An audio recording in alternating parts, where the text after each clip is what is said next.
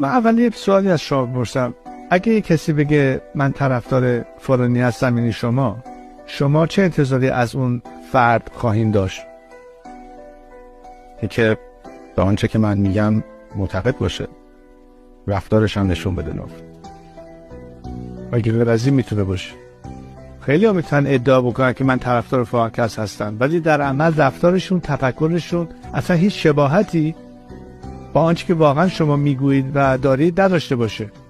خب خیلی ها به عنوان طرفدار نما میان جلو، ولی طرفدار واقعی نیستن، چون اگر بودن اون نوع رفتارها و اون نوع حرفا رو نمیزدن.